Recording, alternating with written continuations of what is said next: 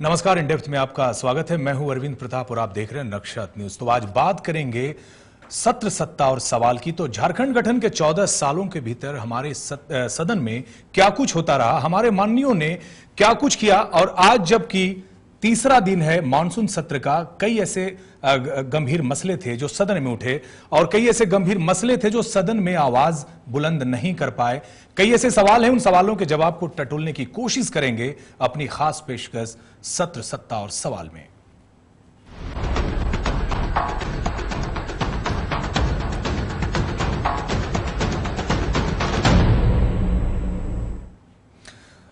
तो आज सत्र का तीसरा दिन और तीसरा दिन भी हंगामेदार रहा। लगातार आरोप प्रत्यारोप के दौर सदन में चलते रहे। इस बीच जन कल्याणकारी योजनाएं भी यहां पर उन पर आवाज बुलंद नहीं हो पाई। कई ऐसी समस्याएं थी जो सदन में नहीं उठ पाई। हालांकि कई ऐसी बातें थी जो माननीय विधायकों ने सदन में उठाया, लेकिन सवाल यह उठता है कि क्या पर्याप्त है यह समय? मॉनसून सत्र 6 दिन का है और इस 6 दिन में क्या जनता की समस्याएं सदन में आवाज बन पाएंगी? क्या ग्रामीण इलाकों की जो समस्याएं हैं क्या सदन में गूंजेगी? कई सवाल है। और आज क्या कुछ सदन में हुआ, इसकी पड़ताल करती है रिपोर्ट देखिए। एक बार फिर नगर विकास मंत्री सीपी सिंह की आवाज मामले की गूंज झारखंड विधानसभा में सुनाई दी। जहां मुख्यमंत्री ने इसे जांच का आश्वासन दिया, वहीं विपक्ष इसकी जांच कराने पर आ रहा। मॉनसून में पारा गर्म है, सदन में सियासत सुर्खियों में है। जनता का सवाल कौन है? नेताजी झारखंड को छोड़ खुद का झगड़ा सुलझाने में लगे हुए हैं। जी हाँ, झारखंड विधानसभा का मॉनसून सत्र सत्ताधारी भारतीय जनता पार्टी और मुख्य विपक्षी दल के बीच कड़वाहट की एक नई इबारत लिख रहा है। ये सदन नहीं चलने देने का विपक्ष का एक हथकंडा है और सीपी सिंह के ऊपर जो आरोप लगाया जा रहा है बेबुनियाद आरोप लगाए जा रहे हैं। इस आरोप में कोई दम नहीं है। ये सदन नहीं चलाने जाने का एक हथकंडा है। बीजेपी नेत एनडीए सरकार के वरिष्ठ मंत्रियों में से एक शहरी विकास मंत्री चंद्रेश्वर प्रसाद सिंह उर्फ सीपी सिंह पर कथित तौर पर गलत ढंग से राज्य आवास बोर्ड का प्लॉट और मकान लेने को लेकर विधानसभा की कार्यवाही लगातार 2 दिनों से हंगामे की भेंट चढ़ रही है। जहां हमारे माननीय मुद्दे को छोड़ व्यक्तिगत आरोप प्रत्यारोप लगाने में ही अपनी भलाई समझ रहे हैं। आवास बोर्ड में गलत तरीके से आवास आवंटित कराने का उन्होंने कार्य किया है और सिर्फ आवास गलत तरीके से आवंटन ही नहीं बल्कि चुनाव आयोग को भी विगत 2 चुनाव से गलत जानकारी ब्यौरा दे रहे हैं। इन लोगों का जमीन पर श्वेत पत्र जारी करेंगे अध्यक्ष महोदय, ताकि ये लोग को पता चले कि किस प्रकार से ये भ्रष्टाचारी लोग पंजाब के नियम के लोग और कुणाल सारंगी, मुझे अफसोस है, मुझे नहीं बोलना चाहिए, लेकिन उनकी माताश्री ने इस प्रकार से महिला समिति बनाकर और झारखंड सरकार और टाटा का किस प्रकार से उन्होंने मंत्री जी सारंगी की माताश्री ने किस प्रकार से किया है। निश्चित रूप से जांच कराने के लिए तैयार है और कल माननीय नेता प्रतिपक्ष ने जो आवास बोर्ड के संदर्भ में आज भी चर्चा की, प्रदीप जी ने भी चर्चा की और कल की चर्चा को ध्यान में रखकर हमने आज शाम में आवास विभाग की चर्चा की। निश्चित रूप से आवास विभाग में जो भी गड़बड़ है उसको दूध का दूध और पानी का पानी हम करेंगे। सरकार और विपक्ष दोनों अपनी जिद पर अड़े हैं। मॉनसून सत्र पर हंगामे के बादल जमकर बरस रहे हैं। फिलहाल इसके थमने के भी कोई आसार नजर नहीं आते। मतलब साफ है, हंगामे की इस बाढ़ में सरकार और विपक्ष का तो कुछ होने वाला नहीं है, लेकिन जनता की गाढ़ी कमाई जरूर लुट रही है। फिलहाल उम्मीद तो यही करेंगे कि सदन में जारी गतिरोध टूटे और सत्र सुचारू रूप से चले। बाकी हमारे विधायकों की मर्जी। नितेश रंजन के साथ अशोक कुमार, नक्षत्र न्यूज, रांची। चलिए, तो आपने देखा साफ तौर पर कि हमारे माननीय सदन में क्या करते हैं, किस तरीके से सवाल उठते हैं, सवालों के जवाब दिए जाते हैं, आरोप प्रत्यारोप के दौर चलते हैं और एक दूसरे पर कीचड़ उछालने में भी कोई कमी नहीं होती। लेकिन सवाल है कि जनता जिन अपेक्षाओं के साथ जब सत्र चलता है और जिन अपेक्षाओं के साथ नजरें उठाती है अपने सदन की ओर, तो उन्हें क्या दिखता है? क्या उनके सपने या उनकी जो समस्याएं हैं इलाके की वो पूरे हो पाते हैं? क्या समस्याएं खत्म हो पाती है उनके इलाके की? क्या उन पर बहस हो पाती है? क्या गंभीर है हमारा सदन? क्या गंभीर है हमारे विधायक? कई सवाल हैं, उन सवालों के जवाब को ढूंढने की कोशिश करेंगे अपनी खास पेशकश सत्र, सत्ता और सवाल में। तो हमारे साथ कुछ खास मेहमान हैं। राज सिन्हा जी हैं, बीजेपी के विधायक हैं, राजकुमार यादव जी हैं, माले के विधायक हैं, और कुणाल षडंगी जी हैं, जेएमएम विधायक हैं, बादल पत्रलेख जी हैं, कांग्रेस से विधायक हैं। आप तमाम मेहमानों का स्वागत है स्टूडियो में। कुणाल जी, आपके पास ही आएंगे। आपने बहुत तीखे प्रश्न किए हैं, युवा हैं, ऊर्जावान हैं, और लगातार जो कवायद झारखंड के सदन में दिखती रही है कई सवाल खड़े करती है। आपके आरोप के बाद जिस तरीके से आरोप प्रत्यारोप का दौर चला है सदन में, क्या जनता की समस्या की जगह जिस तरीके से आरोप प्रत्यारोप का दौर चला, क्या इसे बदलने की जरूरत है? जिस तरह की परंपरा जो है सदन में खड़ी होती दिख रही है। कुणाल जी, देखिए, सबसे पहले तो जिस मुद्दे को मैंने उठाया है जी, उसे व्यक्तिगत मुद्दा कहना गलत है जी। कारण एक मंत्री सिर्फ एक व्यक्ति नहीं होता है, वो व्यवस्था का कहीं ना कहीं रिप्रेजेंटेटिव होता है, प्रतीक भी होता है जी, प्रतीक होता है जी, और सरकार का प्रतीक होता है जी। और जिस विभाग में ये मामला आया है उस विभाग के खुद वो मंत्री रहे हैं जी, इसलिए कहीं ना कहीं उनकी जिम्मेदारी सबसे ज्यादा होती है कि उनके विभाग में कोई गलत काम नहीं हो पाए जी। और जैसा कि दस्तावेज भी हम लोगों ने पेश किया है, बिल्कुल ओपन एंड शट केस है। लेकिन इसके अलावा सदन में जब चर्चा होती है तो जिस तरह के व्यक्तिगत आरोप जी लगाए गए हैं मेरे परिवार के ऊपर, निश्चित रूप से ये किसी भी तरह से एक अच्छी परंपरा की शुरुआत नहीं है और एक ऐसे व्यक्ति के द्वारा जिनका राजनीतिक अनुभव इतना लंबा रहा हो जी, उनके द्वारा इतने नीचे स्तर के जी। बयान देना, कहीं ना कहीं मैं समझता हूं कि मेरे संस्कार ऐसे नहीं है कि इस तरह के बयानों का मैं उत्तर भी दूं जी। और जिस एनजीओ के बारे में माननीय मंत्री महोदय ने बात की है, उस एनजीओ का बहरागोड़ा के लिए क्या कंट्रीब्यूशन रहा है, इसका जवाब बहरागोड़ा की जनता ने जी बीते विधानसभा चुनाव में मुझे 15,000 के ज्यादा वोटों से वहां से प्रतिनिधि बनाकर भेजकर उन्होंने वो जवाब दे दिया है जी। इसलिए मैं उस आरोप पर फिर से जाना नहीं चाहूंगा। लेकिन जहां तक इस मुद्दे का सवाल है, इस मुद्दे को लेकिन जो जवाब दिया है सीपी सिंह जी ने, वो क्या संतोषजनक नहीं कहा जा सकता? उन्होंने तो जवाब ही नहीं दिया है जी। उन्होंने ये कहा है कि मैंने कोई गलती ही नहीं की, मैंने तो सारा कुछ इलेक्शन कमीशन को बताया है जी।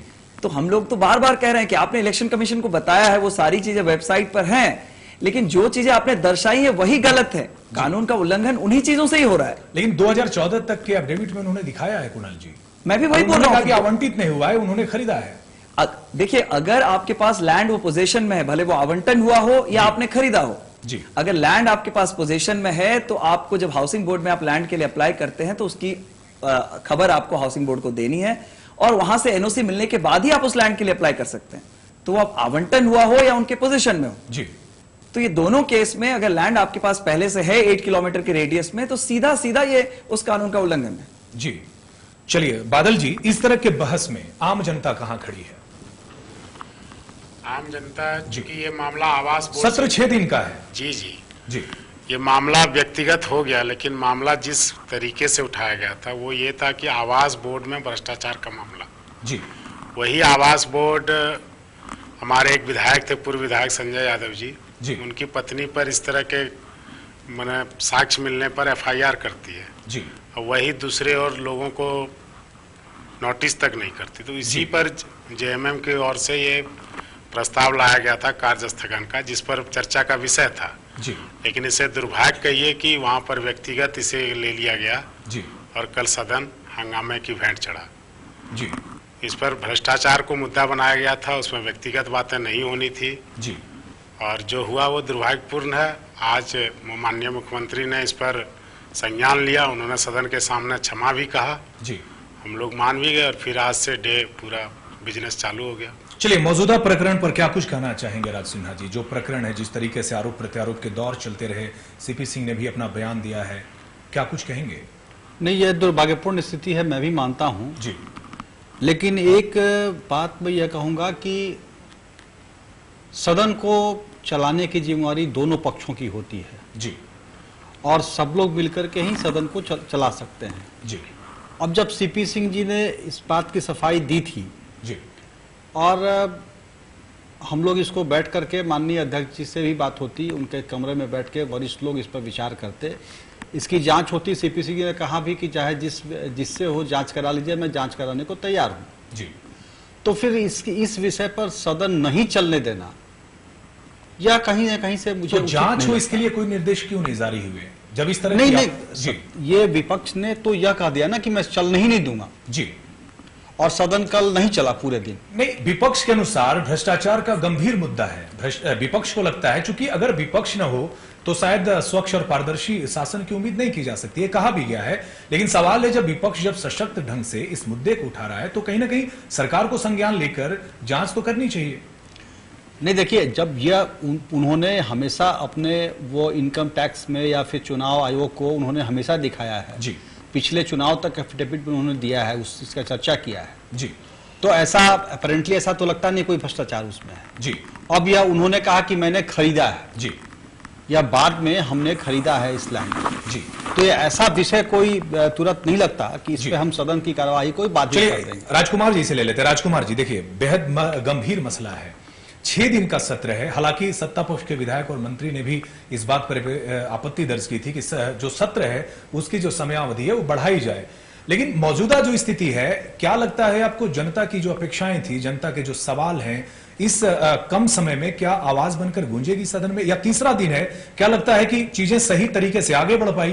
क्या हो हंगामे की भेंट चढ़ गया? सबसे पहले तो जब ये 6 दिन का सत्र था, हम लोग कार्य मंत्रणा समिति में आमंत्रित सदस्य भी हमने इस सवाल को भी उठाए कि अभी झारखंड में जिस तरह के गंभीर सवाल हैं, लॉ एंड ऑर्डर का या कहिए सुखाड़ का या शिक्षा का, तमाम तरह के लोगों के जन आंदोलन चल रहे हैं, इसलिए 6 दिन की अवधि कहीं से भी सही नहीं है। और एक तरफ से पीठासीन का भी जो सम्मेलन हुआ था, जिसमें माना गया कि राज्यों को कम से कम 50 दिन का सत्र चलना चाहिए, जो खुद संसदीय मंत्री ने भी ये बात को माना जी। लेकिन हम समझ रहे हैं कि झारखंड के अंदर में आज तक 30 से 35-36 दिन से ज्यादा, जब से अलग राज्य बना आज तक ये सत्र नहीं चल रही है। जहां तक देखेंगे कि आवास बोर्ड का मामले में जिस तरीके से मामला को उठाया गया और आज जिस तरीके से सरकार और विपक्ष के जरिए एक संवाद विकसित हुई, हम समझते हैं कि कल ही ये बात को यदि सरकार के द्वारा पहल की जाती तो हम समझते हैं कि कल का भी सदन जो है वो बिजनेस खत्म नहीं होता और जनता के हित में हमारा ही 4 क्वेश्चन चला गया अल्पसूचित प्रश्न से, जो बहुत ही गृह विभाग और आपदा विभाग से जुड़ा हुआ था, जो बाढ़ से लोग मारे गए, गोलियों से मारे गए, डायन बिसाही के मामले पर महिलाओं की जो हत्या हुई, ये तमाम तरह के मुद्दे हमने उठाया था और ये क्वेश्चन हम लोगों ने नहीं कर पाए। दूसरी महत्वपूर्ण बात है कि आज जो कह रहे हैं कि भ्रष्टाचार के 2 तरीके होते हैं। एक तरीका है जो डायरेक्ट दिखता है और एक तरीका है जो इनडायरेक्ट नहीं दिखता है। तो देखिए, आवास बोर्ड में उन्होंने चुनाव आयोग को क्या दिए, तथ्य नहीं दिए, वो अलग बात है, लेकिन हम कह रहे हैं कि तथ्यों को एक किस्म मान लिया जाए।